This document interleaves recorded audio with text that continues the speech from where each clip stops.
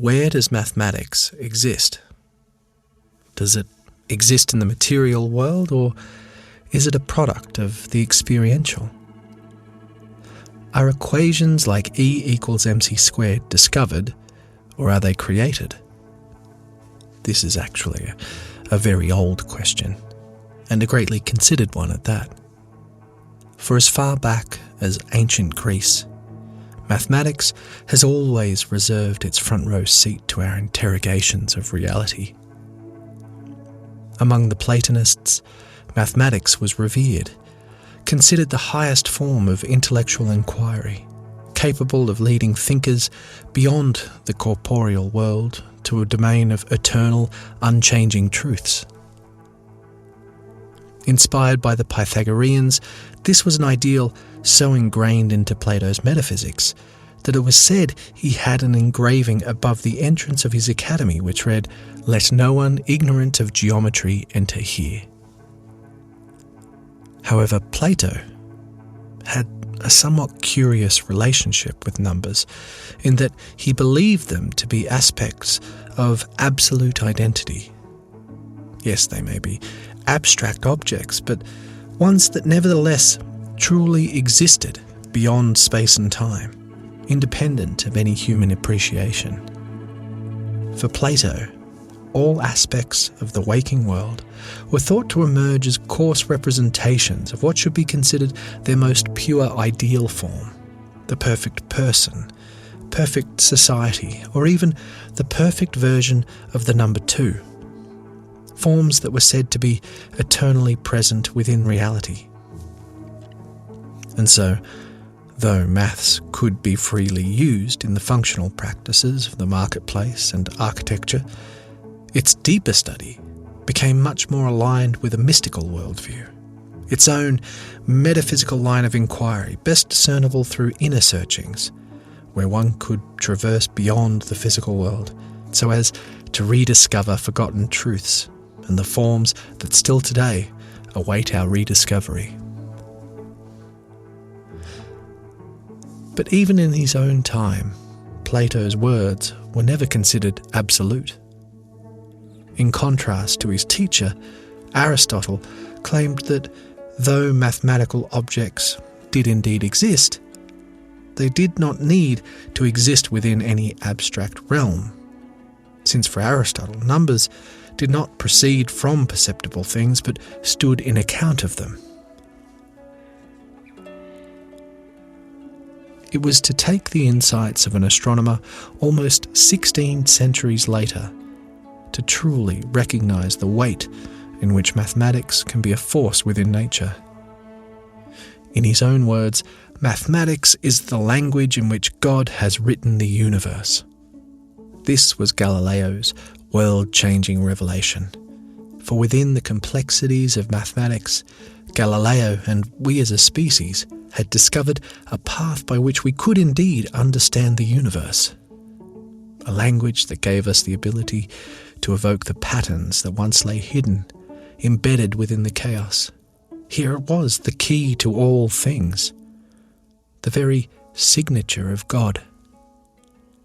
And for centuries this has remained the relationship, as today mathematics and our understanding of the universe continue to entwine in ever more complex dance, now fused to their very core. But even with this key to all things, and its modern-day pivot away from mystical interpretation, we are still left to question whether things are what reality is truly made of. Good morrow, fellow humans. My name is Sean Crowley, and I am obsessed with infinity. So join me as I attempt to unpick the infinities of what is.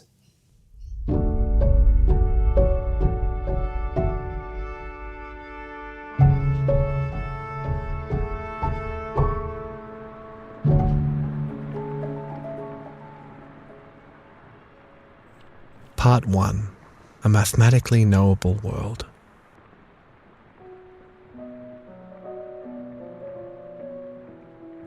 In the modern philosophy of mathematical fictionalism, we are asked to consider the opposing extreme with the quite blunt suggestion that numbers might not exist at all. Numbers, they say, are no more than fictional stories, ergo, all mathematical calculations are inherently false. The line of reasoning being that if there is no such thing as numbers, how could they have any universal truth?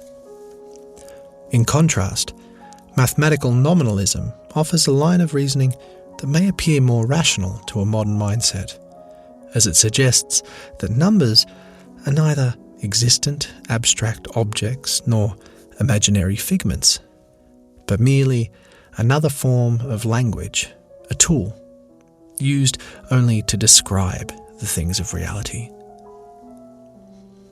On the surface, this seems all well and good, though, as physicist Eugene Winner noted, there is still an unreasonable effectiveness of mathematics in the natural sciences. Because even though it may only be a language, there is still no justifiable reason as to why this particular language should work as effectively as it does. Winner makes the point that, quote, the enormous usefulness of mathematics and the natural sciences is something bordering on mysterious, and that there is no rational explanation for it, end quote. To the point where the efficacy of mathematics, when thought about in any great detail, is just downright scary. Because in being this incomprehensibly useful tool, it has inadvertently revealed a very deep-seated truth about our world, a truth that would strongly resonate with the Pythagoreans in that reality is knowable. But the case for the nominalists may not be as open and shut as one might first assume. For if numbers and calculations are indeed accurate descriptions of something real, how can we explain those more complex mathematical puzzles which only seem to offer up riddles of paradoxes, infinities, transcendental numbers, and other answers which make no sense in our real world? Of course, any language can conjure up fantastical or nonsensical phrases, but what does it mean to have a nonsensical answer to an equation? Well, it can either mean that the answer is wrong, or it might just mean that we asked a nonsensical question.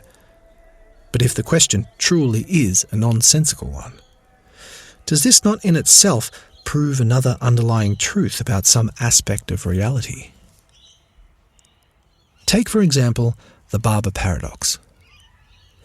If we are to say that the village barber shaves all and only those who do not shave themselves, the question is, who shaves the barber? For if he shaves himself, the initial statement is false. But if he does not shave himself, equally, the statement is false. As a linguistic paradox, we can solve this simply by stating that there cannot be such a village barber. The statement has proven this to be true by proving itself false. But this happens equally with our mathematical reasoning. When a paradox or contradiction arises, this then proves to us that for some reason the equation is inherently illogical. A question that has been declared prior to its asking as unaskable. For mathematics to be correct, regardless of whether it exists, it must either agree or disagree with a truth that exists in the real world, and yet even the simplest concepts, like the harmless circle, can offer up truly profound conundrums.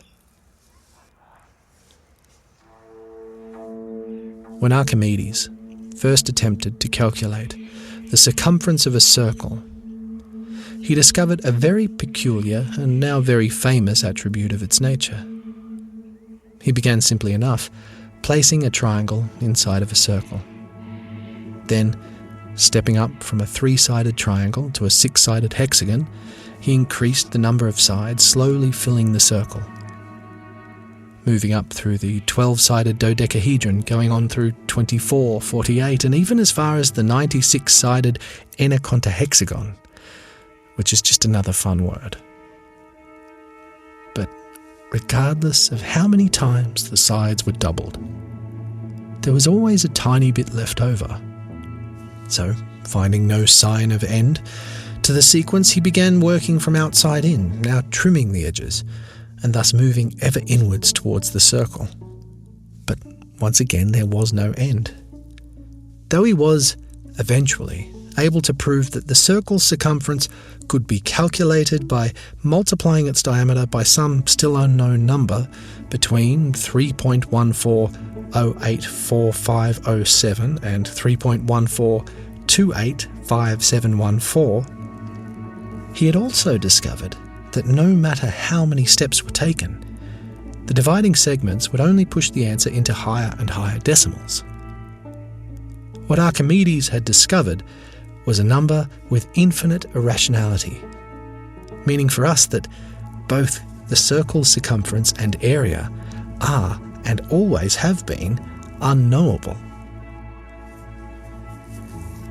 Today we all know this as the infamous pi, and as of May 2025, it had been calculated to over 300 trillion decimal places. But nowhere within that immense number has any pattern ever arisen. But philosophically, what is the underlying truth that pi reveals? Is it telling us that perfect circles can't exist in nature? Or is it telling us that numbers are incapable of describing them? Is it saying that the underlying nature of a circle is inevitably digital, made up of an infinite series of bits, or that the language of numbers cannot express the circle's true analog nature?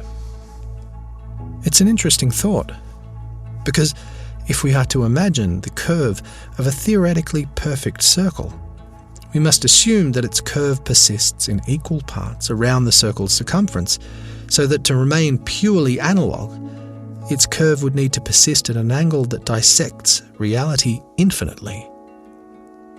The concept of a perfect circle could therefore only be what Plato would consider an ideal form, something that may exist in abstract form, but only beyond the capabilities of the material world. So beyond the circle, is pi hinting at the indescribability of an underlying infinite nature of analog reality, or a nature of knowable, finite, calculable bits? And though the nature of a circle may seem trivial, what is a wave cycle but two halves of a circle?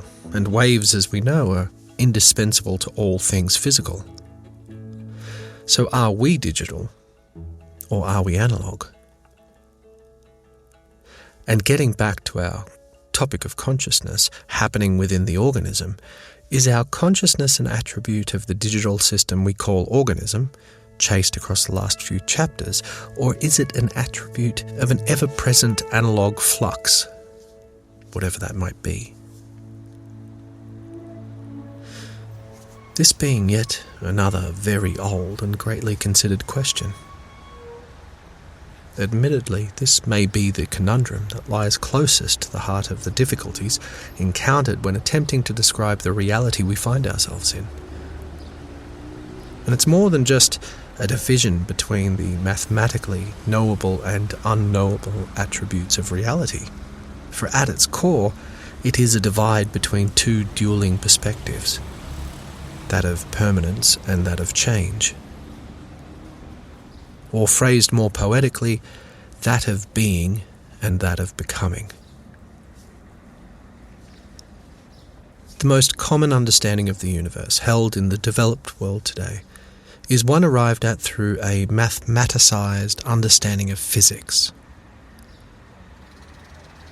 A worldview that describes reality in terms of beings, discrete energy packets, minuscule bits of information, and these are those that participate in the becoming of the universe via a process of constant movement and change. Though this linguistic framework of parts and process can be confusing, as it often comes hand in hand with a declaration of hierarchy. For example, it's frequently suggested that these states of being are what nature is genuinely made of, whereas its becomingness is more about what those beings do. In quantum physics, this class of being would most commonly be attributed to the atomic bodies, from the atoms to subatomic particles, whilst the process by which they become is attributed to the fundamental constants of nature, those we call universal laws. Likewise, in astronomy, being is associated with the systems of planets, stars, nebula, and galaxies, whilst their shared field of becoming is described in terms of space-time and its influence through gravity. In biology, it's the life forms who attain the status of being, whilst once again sharing in an ever-present field of becoming, which, in this instance, is given as evolution. But once we take a step back and look at the patterns inherent in this dichotomy, we realise we may have got our definitions backwards, since every single example of being just offered was always a temporary structure whose identity is in constant flux, far from any state of permanence. Whereas the fields attributed to their becoming, be they laws, physical forces, space-time, or even evolution, are themselves far less subject to change. Though they may stand as a symbol for the degree by which some system can change, they are themselves, in a certain sense, unchanging, to the extent that they may even be considered eternal structures of the universe, constants of nature. In short, because we are constantly forced to frame both being and becoming contextually, we're often made to lean on their juxtaposed nature, be that the beingness of the becoming or the becomingness of any being. And atop this, there's another pattern I think we should pay special notice, which is our bottom-up preference, where systems of becoming always give rise to being, i.e., the laws are what give rise to the quanta and not the other way around. And here is where the dilemma behind our mind-body problem resurfaces. Because though this seems to be the case in every example offered, neurology appears to have this relationship turned on its head, where the being is thought to be responsible for the becoming. In respect of consciousness, it seems that we are given a description of its being in the neurons and the activities of the organism, whereas its becomingness, given in terms of psychology, let's say, is that which is said to come secondary. Now, perhaps there is a more profound thought to be considered here, or maybe not, since, as before, this may merely be a problem inherited from our language and our tendency to assume hierarchy, always appreciating the noun before the verb. But in consideration of this confusion and our greater search for the bounds of consciousness, let us now ask, should we be paying our attention to the being aspect of a system or its becoming? Part 2. The world of process. Ancient Greek theoretician Heraclitus of Ephesus famously gave to us his phrase, panta rei, everything flows. Because in his mind, the most accurate description of reality was one which emphasized a quality of becoming. Though historically running against the grain, such thinking has nonetheless resonated with many philosophers, now residing under the umbrella school of thought known as process philosophy. Poetically summed up by Heraclitus in his phrase, the world is an ever-living fire. Fire, or more plainly put, change, is considered to be the principle of all things. So that if any system is to remain aligned with its own identity, its identity must equally flow along a course of change.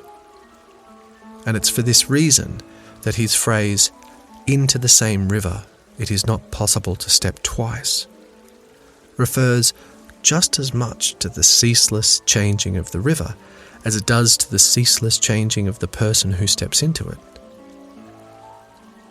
But there is another interesting perspective that this philosophy opens up, one which feels veritably aligned with the picture that we have ourselves begun to unfold in the previous chapters, in that as everything plays its small part in this overarching entwined state of change, all things are connected. And as all things are connected, all things are in a state of complex unity. All is one. What Heraclitus described was a world where all objects came about as the result of opposing forces, where all things influence all things in a great dance of eternal becoming. Though again, just as with our own modern interpretations, this eternal state of change was itself dictated by the deeper, unchanging law. A law that enveloped all things into this holistic state of change and oneness. This is what Heraclitus referred to as the Logos, the fundamental way of nature, will, and the universe.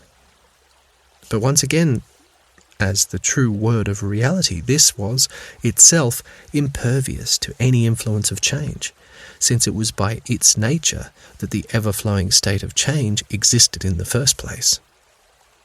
In this sense, the Logos was not only a description of the divine in its unity, but also a description of the endless cosmos in which the living fire was able to burn. Now, this is perhaps a curious thought for those of us who have spent our entire lives learning that we are individuals. Individuals made up of a unique collection of cells upon molecules, upon atoms, upon quarks, upon gluons, upon. As outlined in the first act of this series, our 21st century identity tends to be that which has arisen from a concept of things. We don't see ourselves as change, because we are merely things that change. Nevertheless, as contrary as this process theory may at first appear, it is not one wholly detached from our modern theories, as both impermanence and interconnectivity are majorly defining characteristics of modern quantum mechanics and relativity. And the fact that science exists at all is evidence in support of our belief that the nature of things is fundamentally interconnected. If something fails to make sense to us, we all assume, rather we believe, that there will always be an underlying answer awaiting discovery. But why does there have to be any such answer? It is our shared opinion that reality has this interrelated quality, and that it will always present itself as long as we are to seek it hard enough. One pioneer of process who found themselves in the crosshairs of the 20th century scientific revolution was philosopher and mathematician Alfred North Whitehead. Though widely recognised for his later metaphysical works, Whitehead is more often praised for his early contributions to mathematics and his 3-volume essay Principia Mathematica, co-authored with his student, friend, philosopher, and fellow mathematician Bertrand Russell. Intended as a deep dive dissection of the logic fundamental to all mathematics, the authors were forced to take nothing for granted. Famously known for taking a trifling 360 pages to prove that 1 + 1 really does equal 2, not even the most basic aspects of number theory could be considered safe without first passing a rigorous test of logic. As such, Whitehead and Russell were both poignantly aware of just how easily one can fall victim to hidden assumptions when attempting to form logical conclusions. But it was through this process of dissecting logic that Whitehead came to realize his frustrations with the modern scientific paradigm and its substance-focused narrative. And at a time when even long-reigning religious views were beginning to nervously bolster up against the fortitude of the growing scientific narrative, Whitehead could see how the ultimate truth-seeking ideals of science were being undermined by the defensive stance of its worldviews, views that were being defended just as fervently as any expressed by the religious. How can any doctrine, thought Whitehead, consider itself ultimately investigative when it acts so pre-decidedly on so many issues? Whitehead greatly admired the ancients, commenting that all of Western philosophy is but a footnote to Plato. But he was also able to recognise that something had been lost, that the modern scientific paradigm, in following the more rigid line of post-Galilean and Newtonian physics, had, to its detriment, oppressed much of history's accumulated wisdom, a wisdom that seemed to be once again relevant in the light of relativity and quantum mechanics. And so as many of Whitehead's contemporaries continued their endeavour to uncover the next bit from the universe's endless rabbit hole of bits, Whitehead, like Heraclitus, found himself rejecting this physicalist norm, allowing himself to appreciate a more controversial perspective of reality, the perspective of process.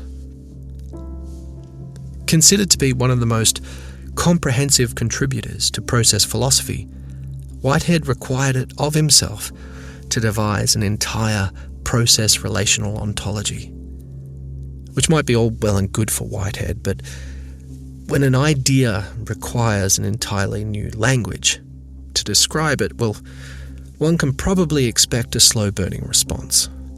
Not only that, but his work was notoriously dense and filled with long and hard-to-follow passages. Nevertheless, I do feel it necessary, in context of our greater inquiry, that we take a few minutes to try and visualise his theory, as I believe it may prove helpful for later chapters. However, if you do wish to skip ahead, please feel free to jump forward to the next chapter marker, where I shall pick up our thread. Otherwise, I shall now attempt to condense his thinking into plain English as briefly and as best as I can.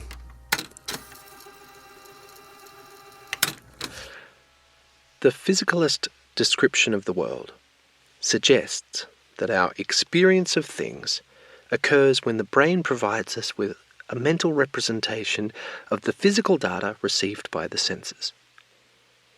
But unlike the neurologist or physicist, Whitehead places the phenomena of experience not only at the head of these sense-related interactions, but at the seat of every interaction. Thus why Whitehead's particular version of process philosophy is often considered another example of panpsychism. As he says, each actuality is essentially bipolar, physical and mental. These actualities are to be thought of as event-like processes, which he considered to be, quote, the final real things of which the world is made up, end quote. Self-organized, relational happenings, drops of experience, complex and independent, each guided by a particular subjective aim that culminates in a satisfaction of being.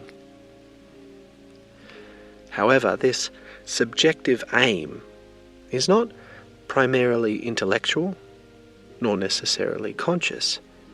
Instead, it is, as he says, the mere lure for feeling, the germ of mind, unique gradients of will that open up novel possibilities through a flux of creative freedoms. Depending on whether our description of these actualities require a spatial or temporal emphasis, they can either be called actual entities or actual occasions, but both refer to the same event-like entity. God is an actual entity, he says, and so is the most trivial puff of existence in far-off empty space.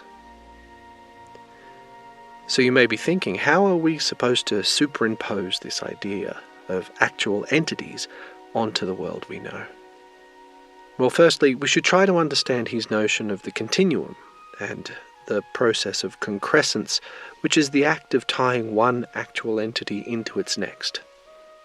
And then we shall see how these can unite as an ordered, self-sustained organism like you or me.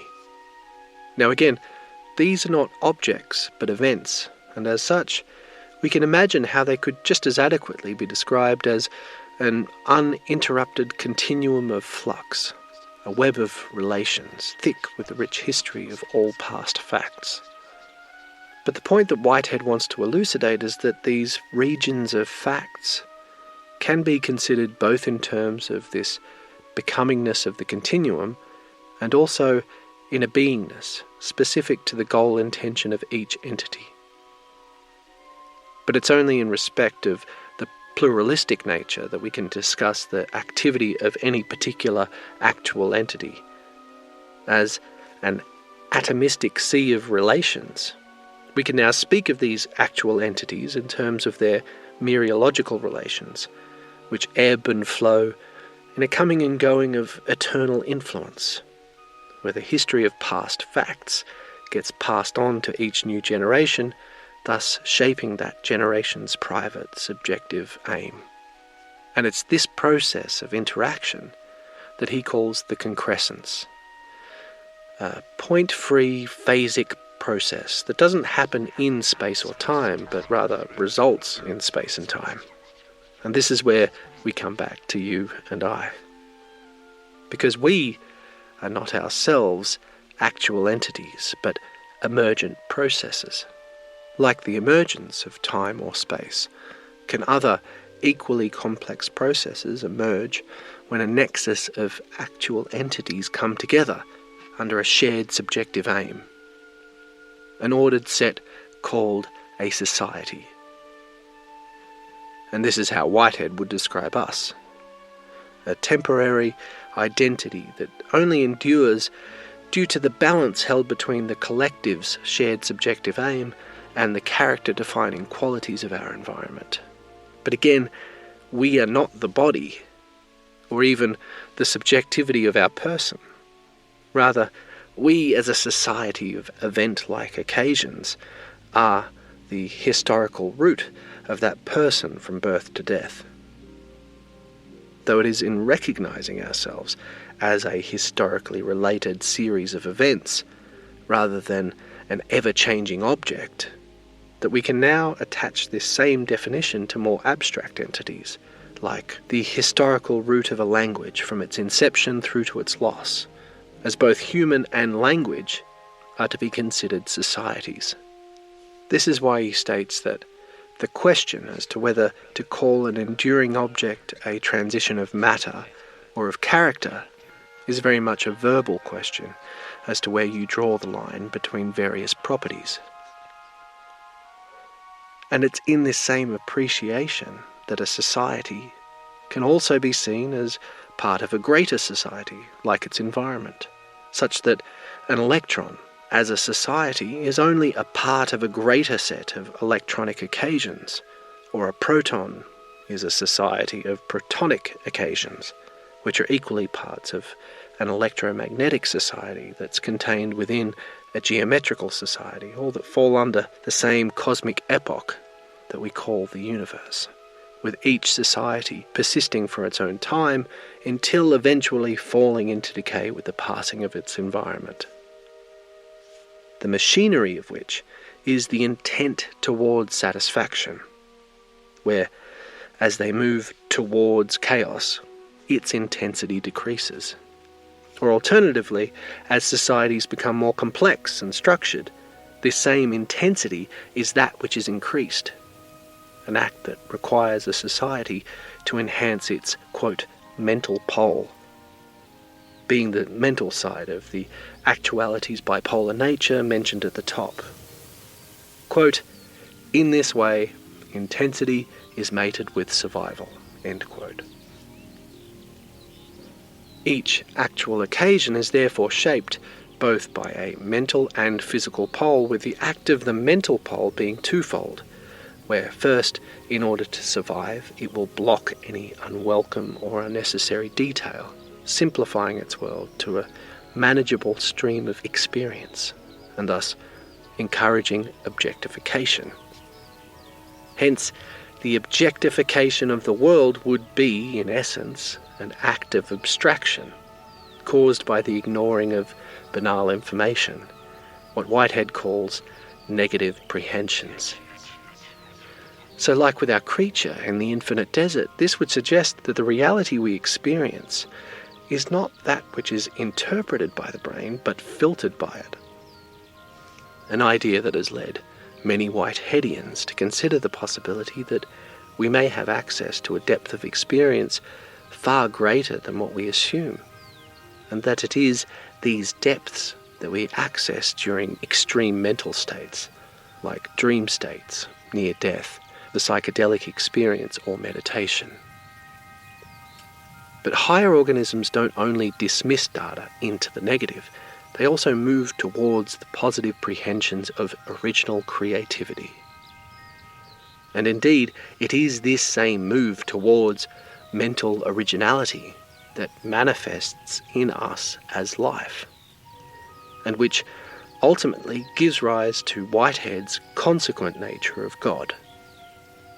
Though beyond the culmination of these mental actualities, did Whitehead also suggest a non-conscious side of God in his primordial nature, the realm of the unreachable, eternal objects that lie outside of space and time, like our perfect circle or Plato's forms?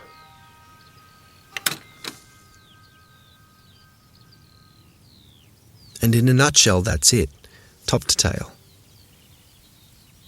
A bit to take on in one hit, I know, but as abstract and far-fetched as Whitehead's model may appear after such a short introduction, I do nevertheless find it intriguing how many of the surrounding elements of his thinking resonate with much of what we've laid out ourselves, such as his borderless interplay of happenings and the resultant array of perspectives, or how, once we appreciate that all is connected, our tendency to divide each attribute from its next is revealed as an act of abstraction, driven solely by a first-person perspective. Or perhaps the most striking is his concept of negative prehensions and their resonance with our claim that consciousness has emerged via an act of missing, in that it is only through ignored infinities that we acquire finite perspective. But the main takeaway, I think, should be found in his attempt to yet again reorientate our line of inquiry. As with the Panpsychists, the process philosophers also strive to shed light on our more widely accepted lines of inquiry, and so too do they identify those aspects of our thinking which can prove to be unjustifiably predecided. For there is simply no indisputable evidence that we are, in fact, objects with a mind, and not, instead, happenings that evoke an experience of being, where what a thing is instead the process by which it becomes. But the reoccurring idea that we must now return to is that these are both unique interpretations of the same whole. They are both finite descriptions attempting to describe a deeper reality. Therefore, there is no reason why they could not both support some element of truth. For it's just as likely that we are both a being and a becoming all at once, a superposition of what we call identity.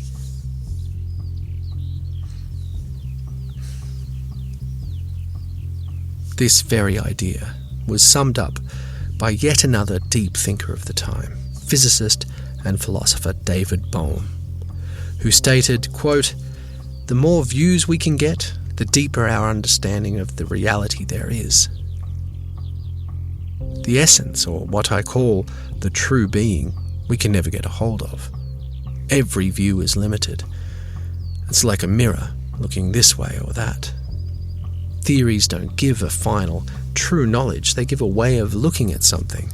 The very word theoria in Greek means theatre, so it is the theatre of the mind which gives insight into the thing." End quote. And so, whilst identifying and appreciating this fact that we can never fully know of any ultimate nature, we can, however, start to stockpile our knowledge by gaining an understanding of this wider collection of conflicting perspectives. So what exactly have we stockpiled thus far? As a result of our scientific and now also philosophical perspective of this underlying flux and its relationship to consciousness. What are the attributes that both languages seem to share? Well, firstly, there is their shared trait of interconnectedness. Ultimately, all things must influence all things, as nothing is set apart from the whole.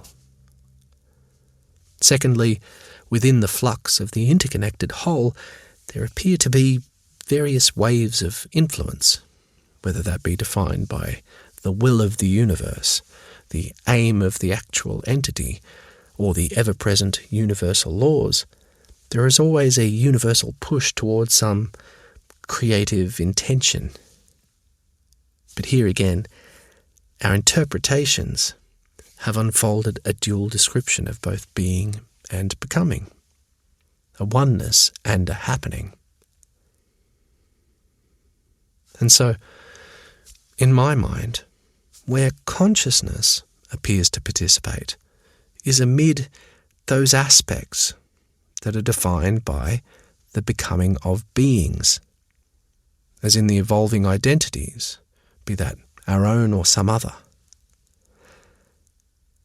For this is the perspective won by consciousness, the unique perspective of reality that consciousness gains its unique access. And further to my way of thinking, this is also why mathematics works as efficiently as it does in the world we encounter, as it is a language that defines the nature of beings and their relationships, a language defined by the digital, whereas the perspective defined by the being of becoming is that which we grant to the flux as a whole, from which all finite perspectives must emerge, and hence through which consciousness must also persist, and also the domain where the language of mathematics finds its limitation in the unknowable attributes of the analog and infinity. But as this suggests, consciousness cannot be considered separate from or unique to either realm, as it is defined equally by both, in that it is a nexus of becomings, defined by the experience of the many unique beings, whilst its own state of being emerges from the flux, allowing it to play its part in the becoming of the whole. Consciousness is the nexus through which the analog evokes the digital, through which the infinite evokes the finite. And yet, it is also the nexus through which the finite can influence the infinite, and the digital can experience the analog. But again, as with our first descriptions of the infinite largeness and the infinite smallness, these are not two separate realities. Once again, they are the exact same space, only viewed through different eyes. But this isn't modern science. It's not even modern philosophy. What we have essentially described is one of the most ancient ideas ever to be written down. An idea that has been the central theme of countless religions across the long history of civilization. The Hindu philosophy, for one, describes this very same idea as Brahman, the highest universal principle, which is the binding unity behind all diversity. And in ancient Egyptian theology, the mathematical metaphors that underlie the Eye of Horus are directly representative of the schism that splits the infinite wholeness into a perspective of individuality. The Taoist philosophy of the yin-yang describes a reality which is both at once a relationship of opposites whilst also being a single, unified whole. And even the Christian teachings describe the unity attained through being one with God. John 14:20. In that day you will know that I am in my Father, as you in me and I in you. John 19:67. I am He, as you are He, as you are me, and we are all together. Gugu Gujub. So here, we must acknowledge that we have allowed ourselves to be swept up by the current of inquiry and torn by its undertow into the deep waters of philosophy.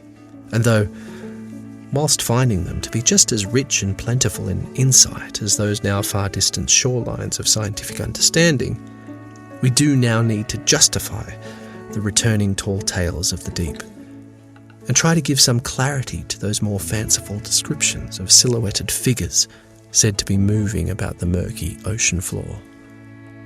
After all, what was it about the scientific revelations of the early 20th century that reignited such a fervent metaphysical interpretation of the world anyway?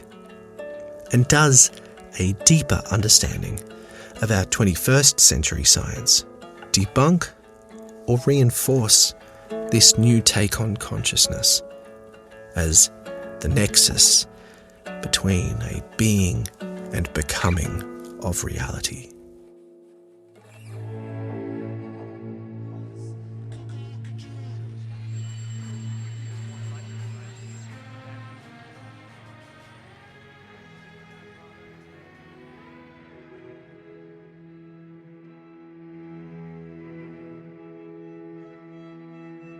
Hello friendly people, my name is Sean and welcome to The Infinite Now.